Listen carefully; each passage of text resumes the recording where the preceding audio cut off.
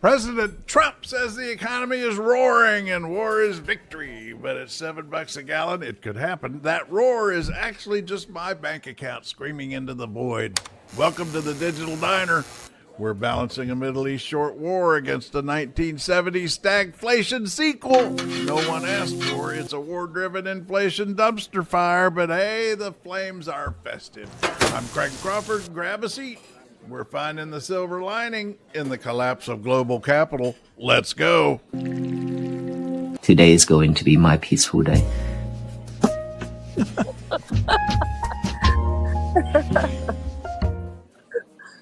Oh, boy. There's the war cost $5 billion? Yep. $5 billion? Or is that trillion? No, that's And five. billion with a B. Yeah. And we're up to 8 service people dead as of yesterday. And somebody keeps saying, how did they hit all these embassies and things and nobody's dead?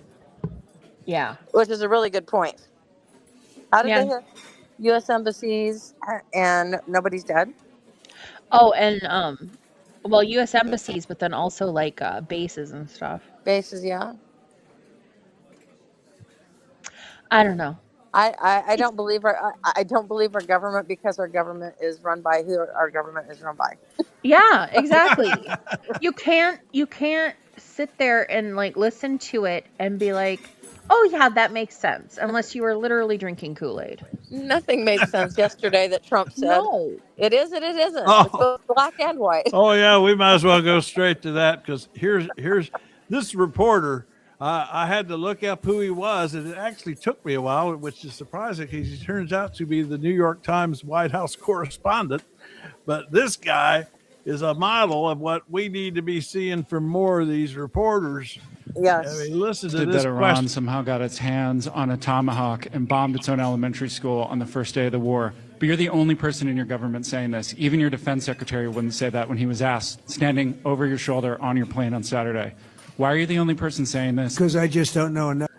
Well, we'll get into the answer, but I just want to. This was a well done question. Yeah. I mean, he crammed a lot. And the thing about Trump is he took a risk here because when you ask Trump a multi-part or a long setup question, he'll interrupt you before you finish.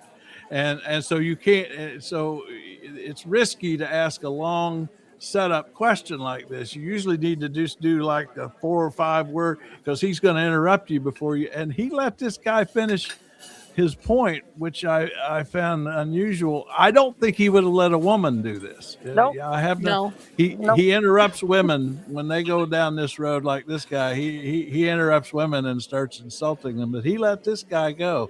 Anyway, we'll listen to the answer too because the answer is totally bizarre. You just suggested that Iran somehow got its hands on a Tomahawk and bombed its own elementary school on the first day of the war. But you're the only person in your government saying this. Even your defense secretary wouldn't say that when he was asked, standing over your shoulder on your plane on Saturday. Why are you the only person saying this? Because I just don't know enough about it. I think it's something that I was told is under investigation, but Tomahawks are used. No, I just got to pause right there. His first answer is, because I don't know enough about it. Well, then how the hell are you saying that you know it, that Iran did it? If your answer is I don't know enough, so I'm stating an opinion because I don't know enough. I'm stating what I claim is a fact because I don't know enough about it. That's just crazy. He's an idiot. Then he finishes off By others, as you know. Numerous other nations have Tomahawks. They buy them from us. And what's that got to do with anything? That other nations have nothing Tomahawk. to do with it. And I'm sorry, it was us. And guess what? We knew it was a kid's school. We knew that there were girls in that school, and we did not care. And somebody said it was some military guy that I watched. I don't remember who.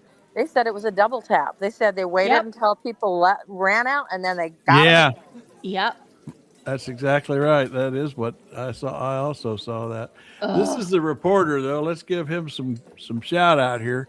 His name is Sean McCreesh, and this is how you question a president, any politician. I mean, I hope the way he went about that. So I this guy hope needs some with credit. well, and I'm hoping that with the notoriety he's getting for asking that question the way he did, other reporters start following suit and doing Well, things like that. well, another point to make about this is the New York Times, of the big media left, is the only independent one left. It's the only independently that's it's family owned. They're not owned by a big corporation and trying to merge with other big corporations and needing favors from Trump. Trump has no leverage over the New York Times, none. And that's good. And we got to give. We talk a lot about the media being captured and so on, but we got to give New York Times some credit. They're in there trying. They got other issues, but yeah. John McCreesh. Yeah, that was a good moment. There might be new information that coming Iran out. somehow got its hands on a. There might be what? Hold on.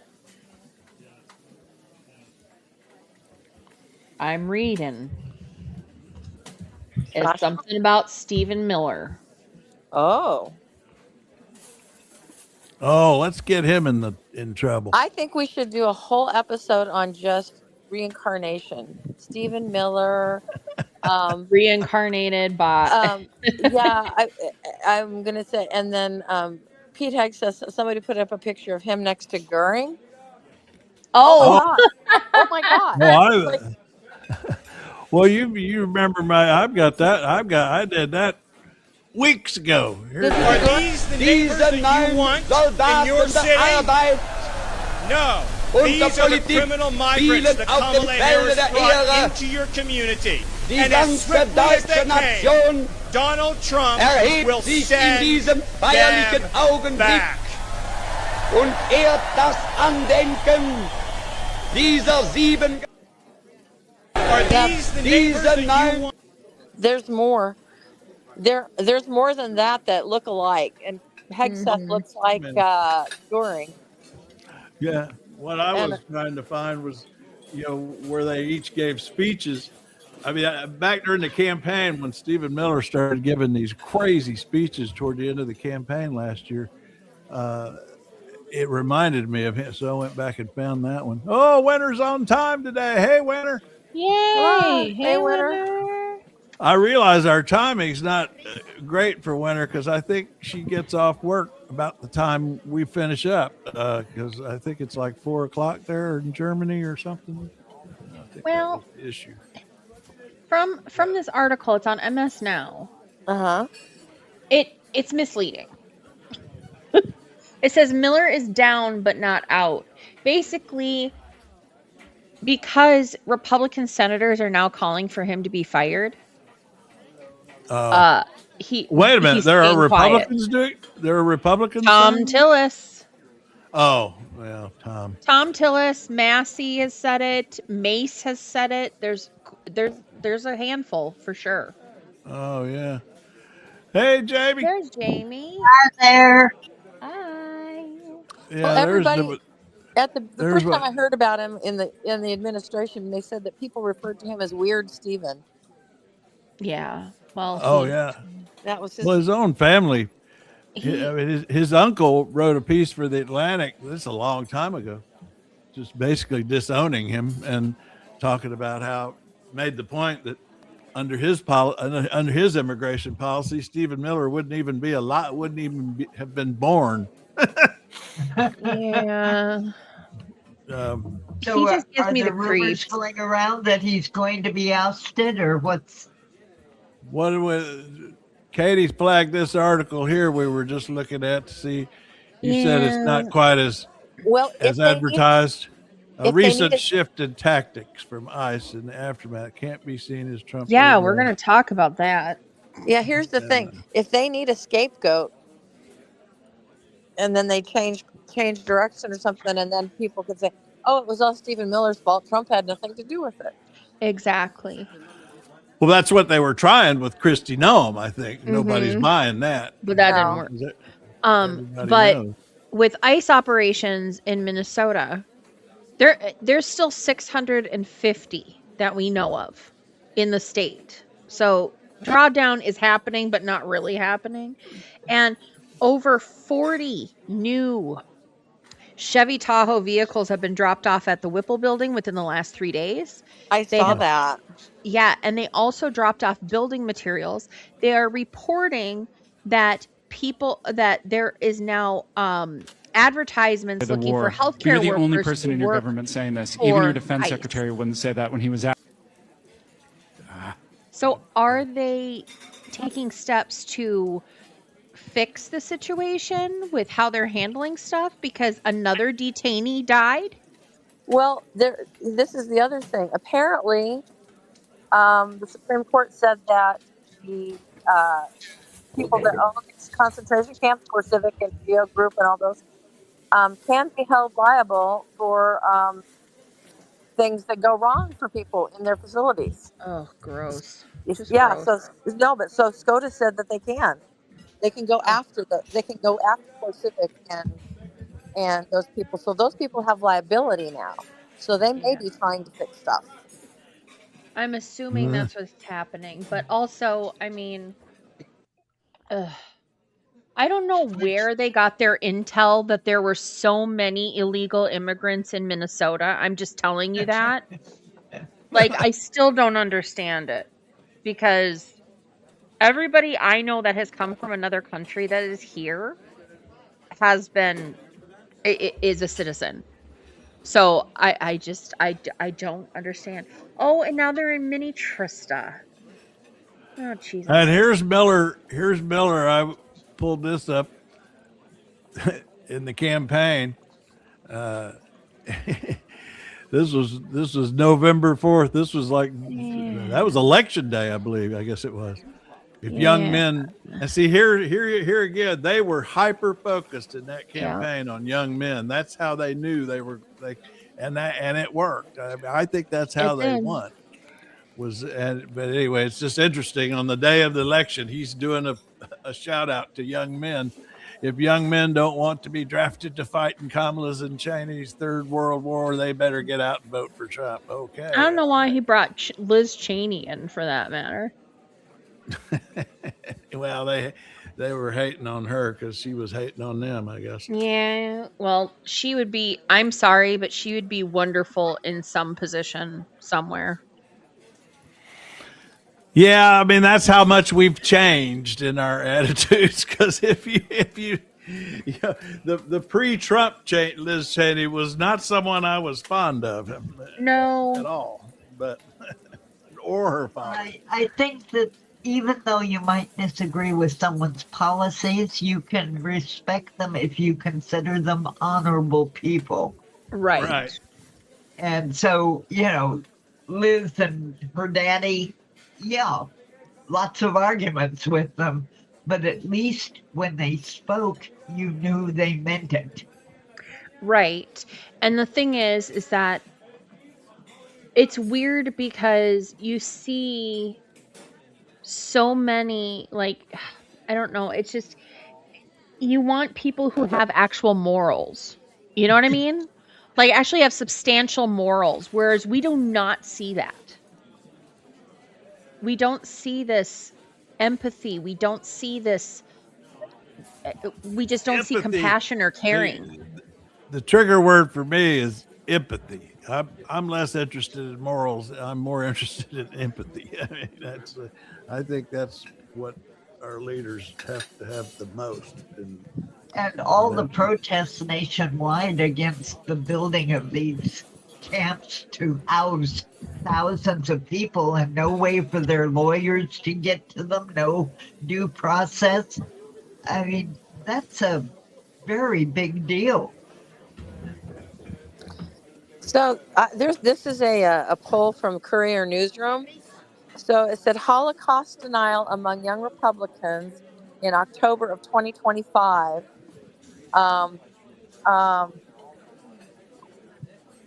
So only 30% of white young Republicans believed in the Holocaust. 30%. Wait a minute, only 30% believe in it? Believe in it. 66%. Believe that right, that believe in the Holocaust. 66% of Black Republicans believe in it, and 77% of Hispanic Republicans believe in it. And then it says among GOP men under 50. So I don't know what the cutoff is for young Republicans, but among GOP men under 50, 54% endorsed Holocaust denial versus Oh my 18% God. versus 18% of women over Wow. 50. Huh. So Huh. I don't understand people denying history. I don't either. Like, It,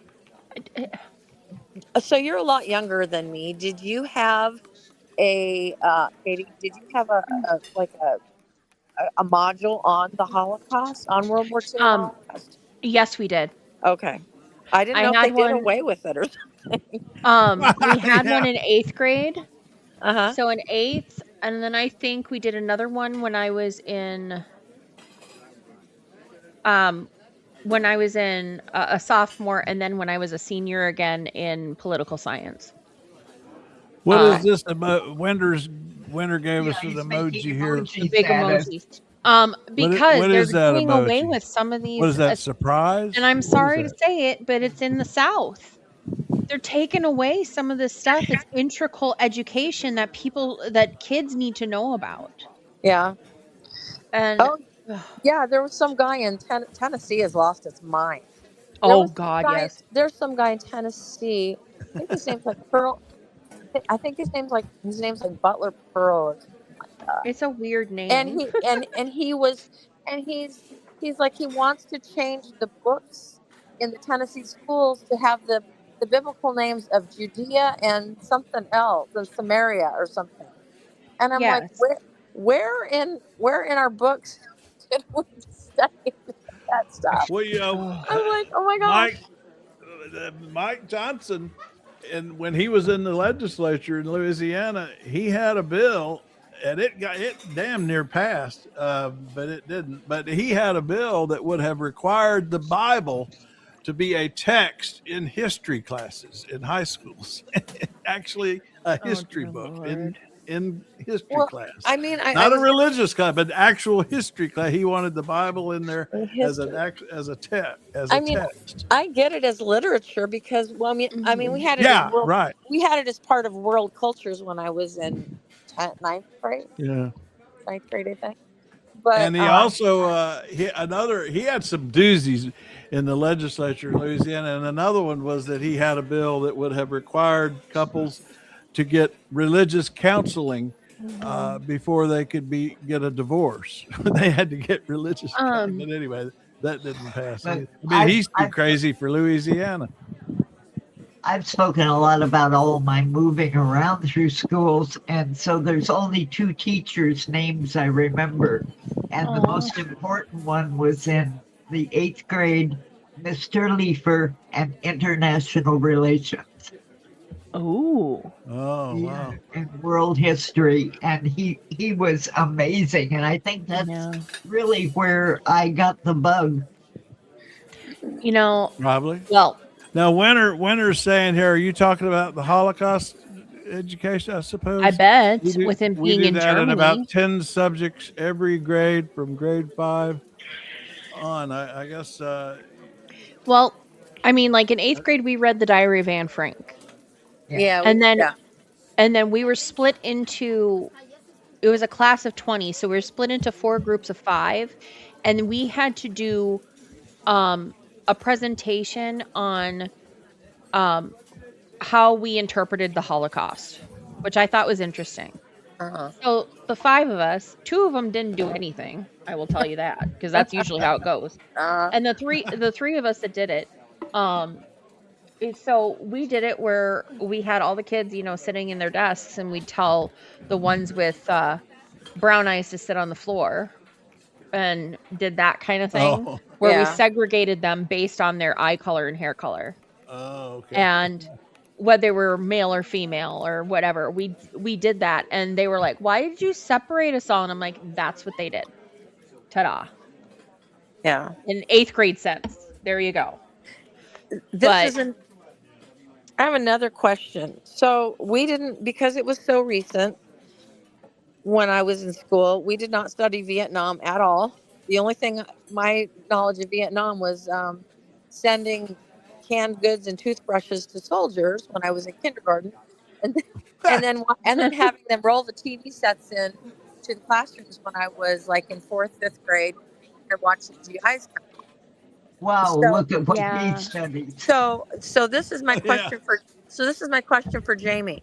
So I didn't get any I didn't get to study the Vietnam War because it was so recent, and it was like for both of us not to do it, I guess. I don't know.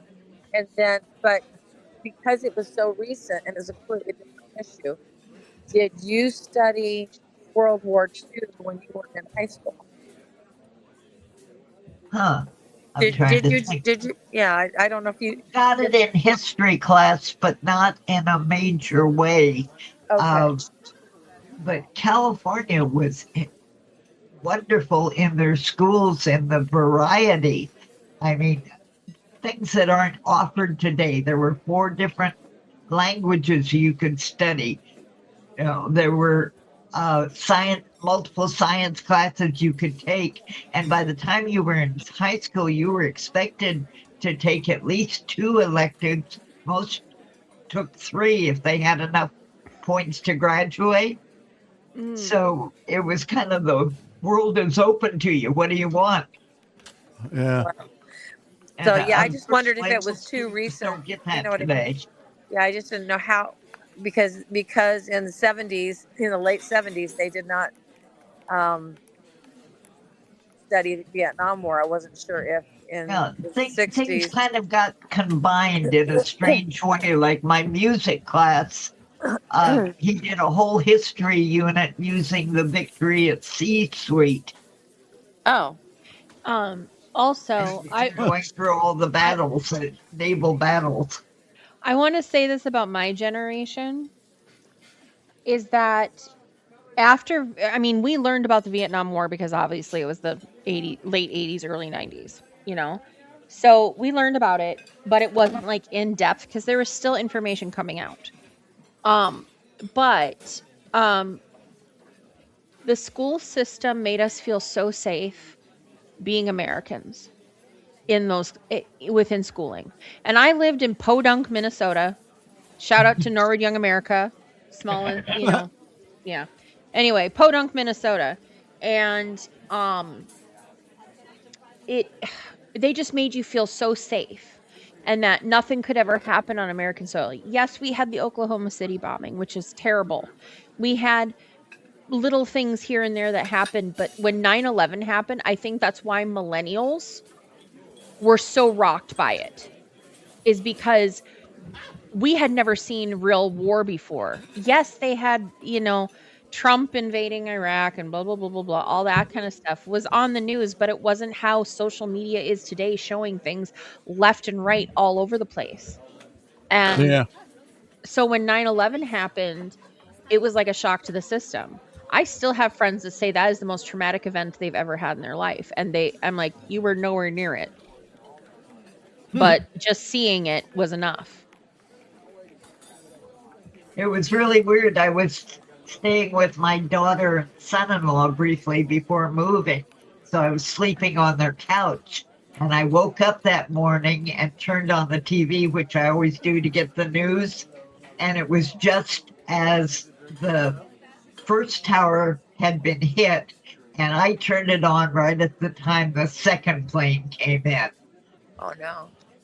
So it was, to this day, that's why I Come From Away is one of my favorite musicals. Yeah. I was in the shower when the first plane hit. And I thought, because it was just one plane, so at that point it was like, okay, well, it's just maybe it was just an accident, that kind of thing. And then as I was driving to my political science class, that's when the second plane hit. And so I walked into my college class and everybody's sitting there and our teacher just rolls in the TV and plugs it in and we start watching the 9/11 coverage and watched it for the full hour and a half of that session. And when we were done, he turned off the TV and he said, and he was Egyptian, this professor. And he said, I know exactly who did it. It was ISIS. Al-Qaeda. And I was like, This day, okay. it's still the only time NATO came to the defense of a member country. Yeah. Yeah. Winter's saying she watched it live on TV in Germany. I was in I was working at the hotline. Oh yeah. Our offices were in the Watergate and overlooking the Potomac, and all day long we had a direct view of the Pentagon, and we could see the smoke coming out of the Pentagon, but none of us, we heard the crash and saw all the flames, so we were watching that live while everything else was going on. Everybody else was watching New York with the World Trade Center, and we were focused on the burning Pentagon right in front of our faces. It was really kind of strange. Yeah. I didn't get to see any of it until I got home from work, which they let us go home at like 3:00 that day. But I had a friend call me and tell me, and she said, "Oh my God, the towers came down." I'm like, "What do you mean?" Because it's like I've been up in them. That was one of my when I was a senior in high school. I mean, we went up in the observation deck, and I'm like, "What do you mean?" I'm like, "Do they snap?" And no, they're down. They just crumbled. They just came in. They just sucked themselves in. She didn't even know what imploded was, and she was just, and they're gone. And I'm like, no. I just couldn't believe it. No. Oh. My husband worked for Target Corporation at the time, and they let them go home at 11 o'clock because they didn't want to touch anything in case everything crashed. Yeah. The weird part was my office is right by DFW Airport, and like we kept hearing planes come in because we were one of the last places that got planes that day, and we're told the planes are grounded, and then we see the planes, and we're like, oh my God, what's going on? and then where I lived at the time was on the other side of town in North Dallas, and there was a private airport there, and so for like days there were no planes. It was quiet. Yeah. It was weird. Yeah. Yeah. I don't know. It just. Whew. Well, I figured where we might be safe because we were literally across the street from the Saudi embassy where I was working. I thought everybody was worried. I said, no, I think we're okay because the Saudis did it and they're just across the street. Oh, geez. And the sixth. Oh, go ahead. I was going to say, so Craig, so you knew it was the Saudis right away. You know what? The guy that owned our company,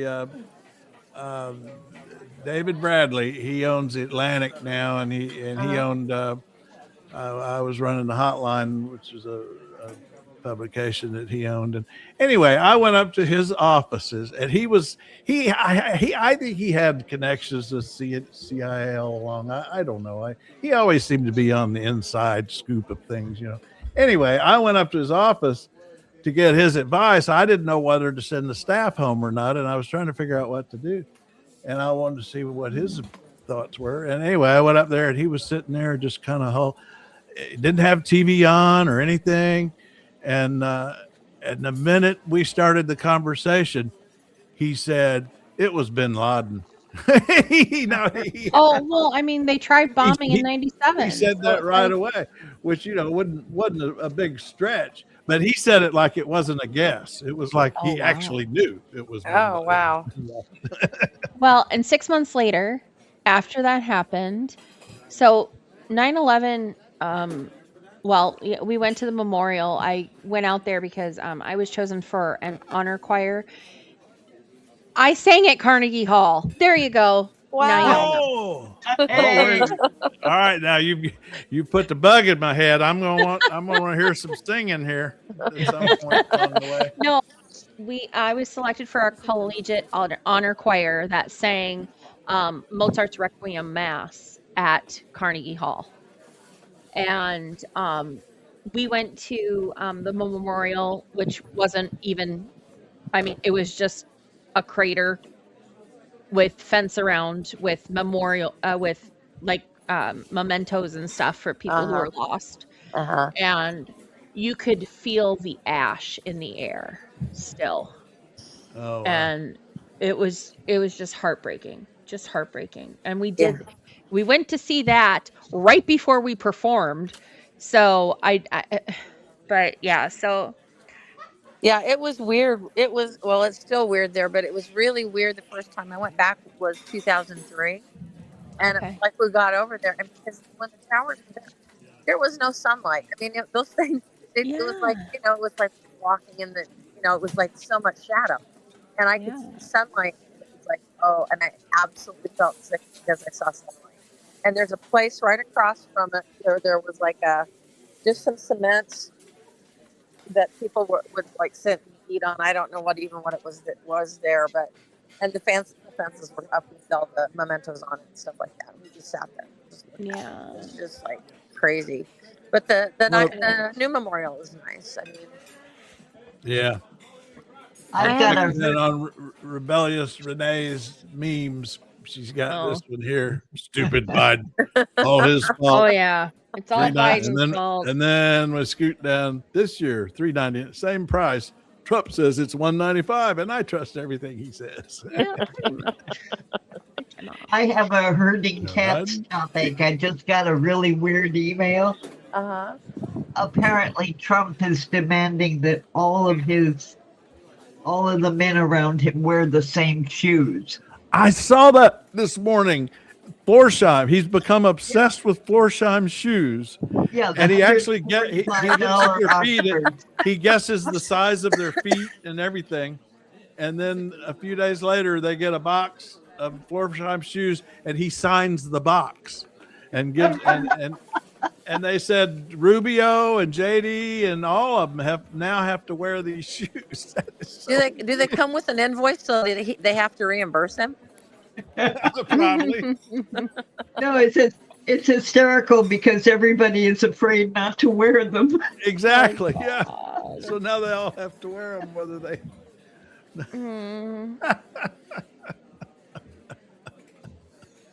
Dementia's a crazy thing. Mm-hmm. There Yeah, it is. snake oil. Like the thing that he would, the thing that he I like that. focused. Conning the poorly educated every day. Rebellious is on a roll this morning. Mm-hmm. Yeah, his comments yesterday to Trump is about, well, it's both the start and it is the finish, and it's it was like it was hard to understand what he was even talking about. No, I mean, y'all were here. I don't think were y'all here when we were doing that reporter's question from that. I mean that. Yeah. Yeah. I mean that. I mean his answer to how do you know that that the girls' school was hit by Iran, and his answer was, well, I don't know anything about it.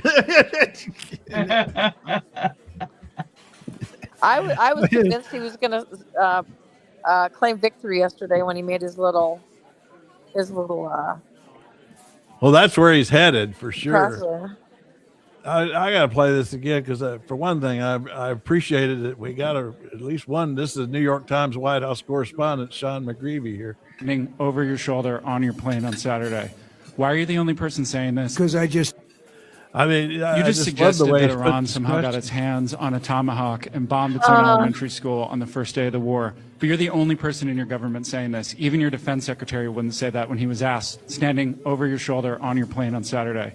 Why are you the only person saying this? Because I just don't know enough about it. I think So he's saying what happened because he doesn't know enough about it. I mean that's just put that together. And So this wrap is your what head around that response. Yeah, this is the one I'm talking about. Was a CBS News reporter, and the reporter.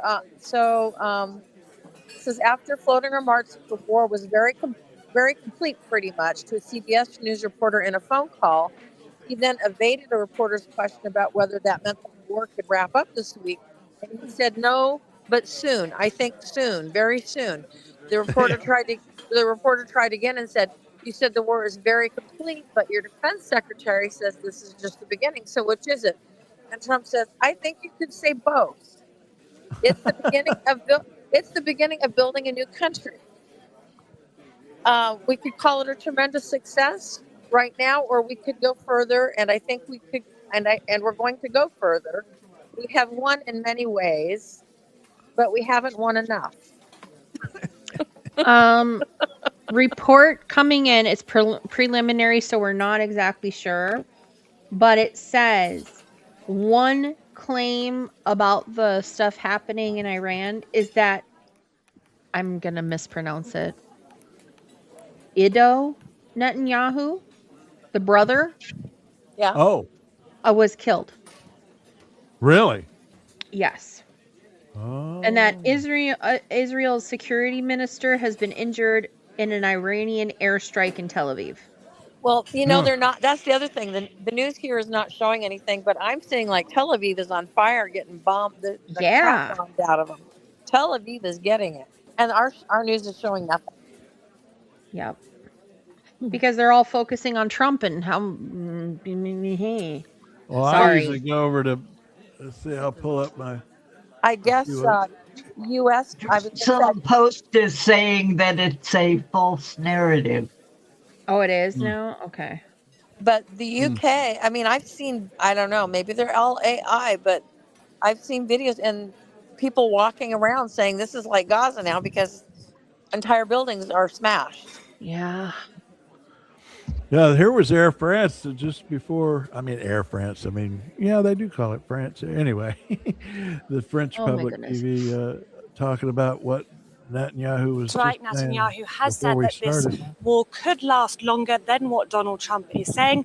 But I think it's important to mention as well that Israel is fighting a war on two different fronts. You have the war against Iran, and you also have the war against Hezbollah in Lebanon. Now, this morning, I was speaking to an analyst who told me that the war against Hezbollah will likely last a lot longer, quite simply because in Iran, the Israelis are fighting alongside the Americans, who want this war to end as soon as possible. And this means that they are coordinating with the Americans very closely. Whereas in Lebanon, she told me, the Israelis are sort of, operating alone, so they sort of have free rein to do what they want. The French, for example, warned Israel not to bomb southern Lebanon, but they've largely and completely ignored those warnings.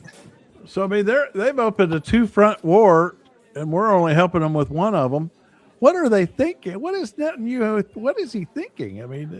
I don't get what his plan is here. He just, isn't that the mistake Hitler made, to a two-front war? I don't know. People don't learn. Aloha kitty. You're right. He just likes to hear himself talk. Such a demon con man. Yeah, you're right about it. He loves to hear himself. Also, when you add up all the hours that he's on TV and doing TV, and given the fact that he only shows up for work at around 11 o'clock in the morning and works until about 4, I don't know when he does his presidenting when he's president. How do you do your presidenting thing when you're just on TV all the time? It's all delegated, just like you ran a business. It's delegated. I'm trying to do what you do, Blue, where you turn things into a verb, but it's hard to pronounce. The presidenting as a verb. Yeah, he doesn't read. They just show him pictures and tell him what's going on. He's presidented way too much, and I wish he would just golf more. Just stop presidenting. Presidenting altogether. Just stop it. Presidenting, yeah. Oh, by the way, I saw a poll out of Texas yesterday. Tallarico. It says Tallarico would beat Paxton and what's his foot? Cornyn. Frankly, he makes me want to take a nap. I'm sorry. Cornyn? Want to take a nap. Yes. There's nothing about him. He's just kind of there. I told you he's human. He's a bowl of human oatmeal. Yeah. He's like Yeah, a that's house right, you plant. But we have the Georgia returns tonight. Oh, Yeah. Yeah, Marjorie big Taylor Greene. Well, trees. there are about 30 of them running for Marjorie Taylor Greene. Yeah. And that, that might help the Democrats squeak through, at least get in the runoff or something. I don't know how that system works out. I think they've got a top two situation, don't they? And Do you with wanna all say of the Republicans, Oh. the Democrat could slide in there. Okay, now you can say hi to everyone. hi, Liam. Hello there. They're saying hi to you. You're home from Yeah. school playing hooky. Yeah, he's got a little bit of tummy ache. Playing hooky. Yes. When did, Germany had an election and the Greens won. Do you have? Oh well, Winter's a green. Winter's a green, aren't you, Winter? Didn't she say one time she was a I think green? so. Good news from Germany, one of the more important states, had elections on Sunday. The Green Party won. Yay. Yeah. Didn't you say you're a green? Winter's green. Baden-Württemberg? Is that it? Württemberg. Württemberg? Oh, it sounds Württemberg. good. Yeah. Baden-Württemberg. All right. I hate saying it. In my family, I'm the only one who took Spanish. Everybody else took German. So I took Latin. yeah, they didn't offer that. They offered German and Spanish, and I said, which one would I use possibly in my adulthood? Spanish. Good choice. Yeah, I had to take Spanish. We had French, Spanish, German, and Latin offered. Gotcha. And we only had German because it was to tiny pick the small. dead language. See, and like my husband grew up in the metro area, so he's lived in the cities his whole life. Moving out to the suburbs was weird for him, but in the cities they offered French and Latin and Spanish, German, Italian. I mean, like everything. And he took French. He did not retain any of it, but. Yeah, I took one semester of French, and I didn't like the way they spelled things. So then I switched to Russian, and I took 2 years of Russian. And Cyrillic was easier than writing French with English letters. It's like, I put up that thing yesterday on your site, Craig, about the presidents and the languages they spoke. Oh yeah, yeah, and John Adams and Jefferson were the two that spoke the most different languages. Jefferson was probably the winner because not only did he speak like 6 of them fluently, he had smatterings of others, including Arabic and Welsh. Huh.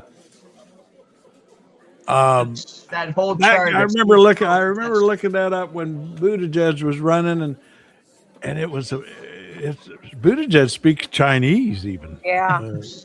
He speaks several languages. Was from the Philippines, Tagalog, and I'm sure he speaks Hawaiian Pidgin, which is an interesting language twist. Hey, Winter, you want to come on stage with us sometime? If you want to come on with your phone or whatever. Yeah. It'd be fun to talk to you. Yeah. If you'd like. My child is asking me to saute spinach for him right now, so I don't think so. Oh, Cyrillic, that one's fun. Even the letters are different. If you ever want to go out to eat in Russia, look for a sign that says Pektopa. Yeah. You pronounce it restaurant, but it's spelled Pektopa. Yeah. Yeah. Yeah, I took 2 years of Russian in college, and I took also 1 semester I took a year of Czech, and I took a semester of Chinese, but I was allergic to the book. I couldn't figure out why I felt so horrible.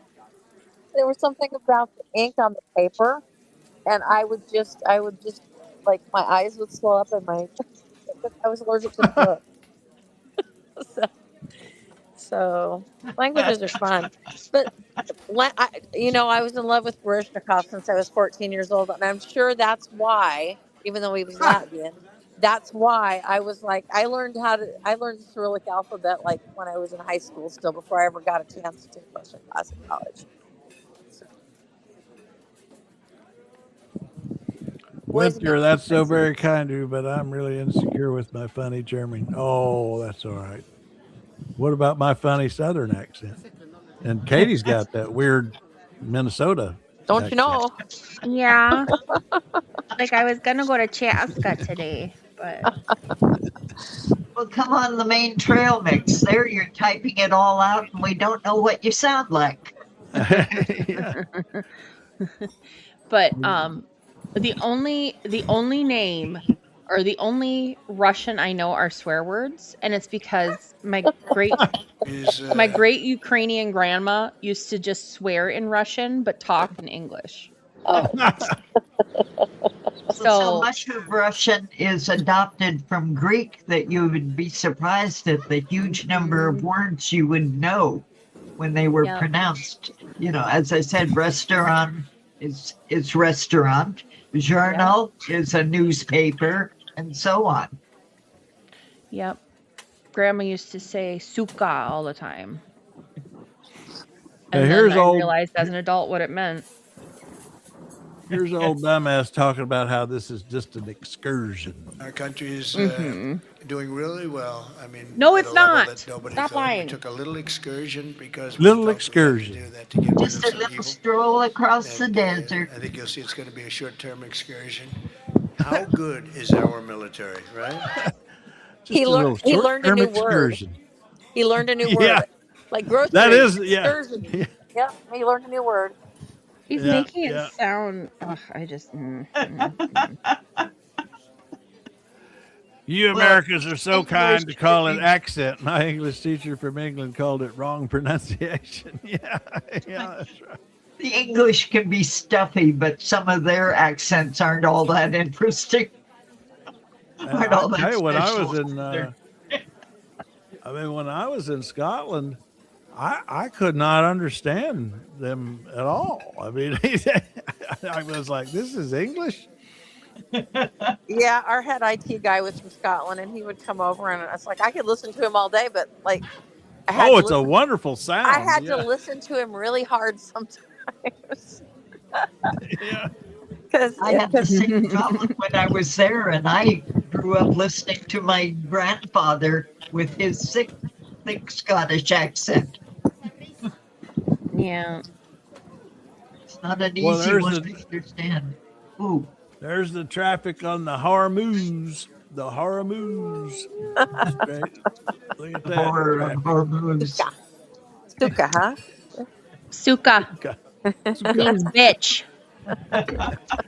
And here's this morning's average, 354 from this morning.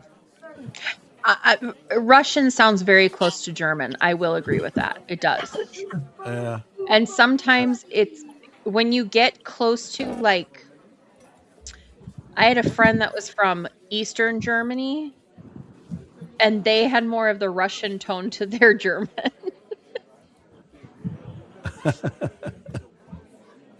Also, to me, Russian is not a romantic language. No, well, it's just not. Like I said, it's Greek-based. It's different, and Germanic would be closer. That strain of languages, the Romantics. Right. Yeah, in English, if a word has several syllables, it's probably from the Romance side, and if it's a short word, it's probably from the German side of our language. So, like receive versus got or something like that. Yeah. Winter was saying Scottish sounds German. It pulls from your throat a lot. Yeah, my great grandmother was from Denmark, and that I cannot understand. Danish people I don't understand how Danish people even understand it. That is the hardest thing. It's crazy. Danish.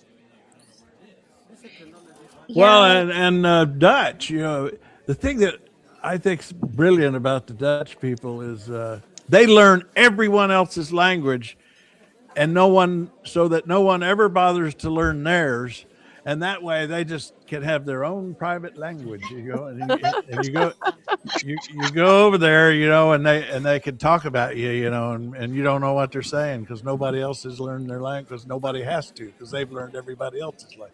I always thought that was their ultimate plan. That was their devious plan, to learn everybody's languages so they would have their own. Weren't we all supposed to learn Esperanto? And that was the thing that was supposed to bring us all together. Was that common language? Oh yeah.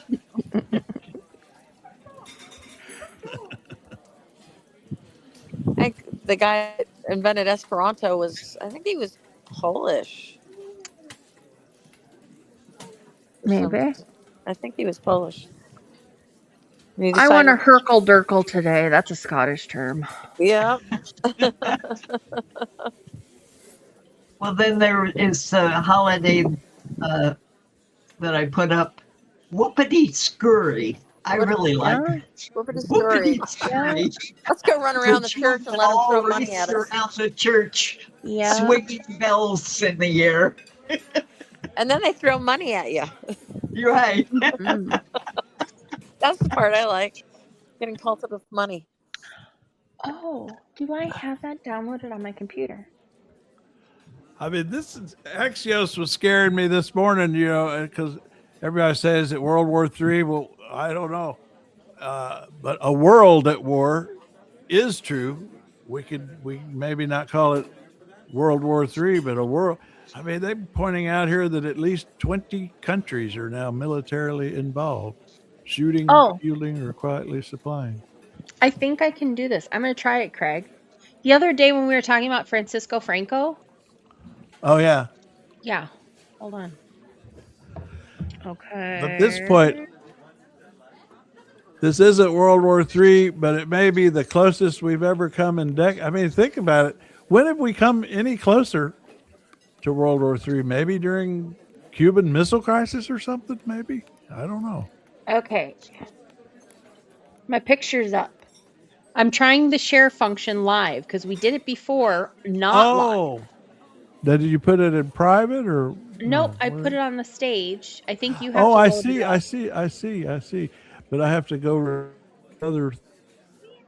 All right, I'm starting to learn how to do that. All right, and there it is. That is the Valley of the Fallen in Segovia, Spain. Oh, that is where Francisco Franco is buried. Okay. Well, his crypt. Oh, really? Mm-hmm. It's a beautiful, beautiful area. And actually, in the distance, you can see the aqueduct that's in Segovia. And the Alcazar castle that's there is where Queen Isabella was born. That's my most favorite place in the world is that area. I can't wait to see what our AI editor does with this. He's like, now you're talking about where Franco's buried? What am I supposed to do with that? I gotta write a tease for Blue Sky about that. Sorry. I'm sorry, Silas. Winter, what's the mix between English and German? Scottish in a way. You sort of had a group coming up from down below that went up into Scandinavia, did a U-turn and flopped down in Scotland. So there are a lot of words in Scottish that aren't English. They're kind of sourced out of the Nordic countries. Oh, yeah. Huh. Oh, so it kind of depends on whether you're Northern Scots or Southern Scots. So YouTube's traffic page is down today, so we don't know how. Oh, then we won't know. All it says here is, "Oops, something went wrong." Well, it says you can retry. Yeah, we can retry. Retry. They have a little music. They need to do a little music. No? And Something went wrong. We should get like a wah-wah. Yeah. Something went wrong. It's all right. It's a Tuesday. Oh, I came across this. I thought this was kind of interesting. The most educated states is Massachusetts. Not surprising, I guess. Massachusetts is number Fun one. having Winterland around this much today. Yeah. Oh, Dutch is a mixture of German and English. Yeah. But I thought Maryland was kind of surprising up there at number 3. They had a explanation of here of their methodology. Something about I don't know. They had 26 metrics. When I saw they had 26 metrics they were using I thought, well, I'll believe it. I believe it then if they have. What number is Minnesota on there? Was it 10? Oh, let's see. 9. 9. Yeah, you're in the top 10. You're in the top 10.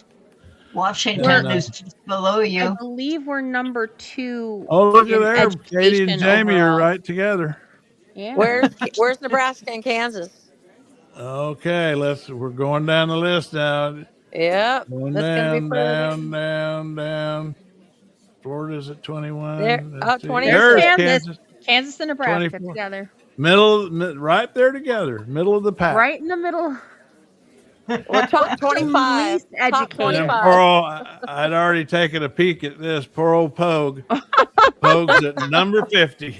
Oh, God. Pogue's at number 50. And Well, Billy that's at Poor Michigan, old West Mississippi. Virginia. Yeah, Arkansas always used to say, thank God for Mississippi, because they used to be the 2 bottom ones. Yeah. And But yeah, doesn't that kind of show you something a little bit when you look at that? yeah, look at these bottom states. Gee, wonder how they vote. Yeah. Look at there. Now, did Kamala win Well, New any of these? Mexico is purple. Let's see. Did she end up winning New Mexico? I can't remember now. Who? Kamala. Let's look. Hold on. I don't remember. But that's the only one of this group. Maybe Nevada. I don't think so. I think Democrats lost every one of these bottom 10 states. Let's look. I wonder And why if are we surprised? she did win New Mexico. She did. I knew that she might have, but I couldn't remember for sure. Huh. She did. She won Well, New that- Mexico. Well, the map, the map shows, the colors, across the South here, it's the lightest. Mm-hmm. Anyway. It's fine. You have fun all down there. And then the thing I noticed today is when we did our top 10 most searched stories, look at that. The Iran war is definitely taking over the news. You've got 1, 2, 3, 4, the top 4. With the New Mexico branch. Yeah, but did you see that? 64, 5. Did you read the 2 posts I put up yesterday, Craig? That Epstein is there Epstein related Iran Contra stories? Oh, really? Yeah. It's like, are you kidding? Yeah. He was involved in all of that. It's Epstein adjacent. His name is brought up in a couple of places, and a guy that he did business with was involved in it, and like he was definitely an asset for probably a couple of different, probably a double agent or something. Yeah, this was the first day that no Epstein story was in our top 10 of most clicked stories, but 5 of the 10 were all Iran adjacent, which I guess isn't that surprising. But do they do that all from Google? Oh no, I have him. We've spent weeks developing the protocol for this, and we're still refining it. So it's multiple search engines then? Yeah. It's pretty intricate. I mean, this is a pretty pretty, and we still refine. We keep refining it every day because I just want to know what people are actually clicking. I'm interested in that. To start the day, I want to know what people are actually clicking.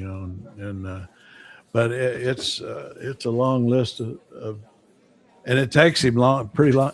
He kind of gripes about it because I've made it so complicated. But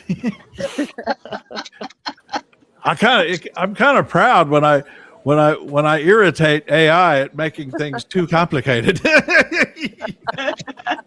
Which reminds me, I got to go kick Merlin out of bed. There you go.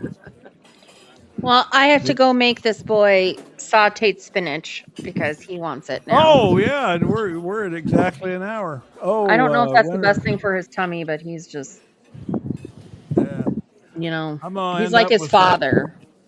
Yesterday was I forget what year, but the anniversary of Walter Cronkite stepping down, and I just with everything that's happening with CBS these days. I wanted to go get some Walter Cronkite, and one of the first things I came across was his not resignation, but his swan song, his sign off. Yeah, that's what I was thinking. And I'm thinking, well, this is now relevant. I mean, because CBS itself is signing off. Right. Supposedly, they are going to do both sides coverage. Yeah, right. Yeah, but as soon as Colbert is gone, that CBS is dead. Yep. But I mean, what they're doing to that place and the people that are leaving. I mean, some of the veterans and everything. They've got a lot of people, a lot of unsung, a lot of people who aren't well known leaving CBS. Yeah. It's awful. It's awful. But anyway, so yeah, we'll let Walter Cronkite speak for the entire network, signing off. All right. Well, you all have a good day. I'll talk to y'all later. Bye now. Bye. And Winter, good to see you there, Winter. Hop on trailmix.cc and talk to us there. We're there at trailmix.cc all the time. Okay, everybody. Bye-bye. See you later. Here's a little Walter saying goodbye. CBS saying goodbye. This is my last broadcast as the anchor man of the CBS Evening News.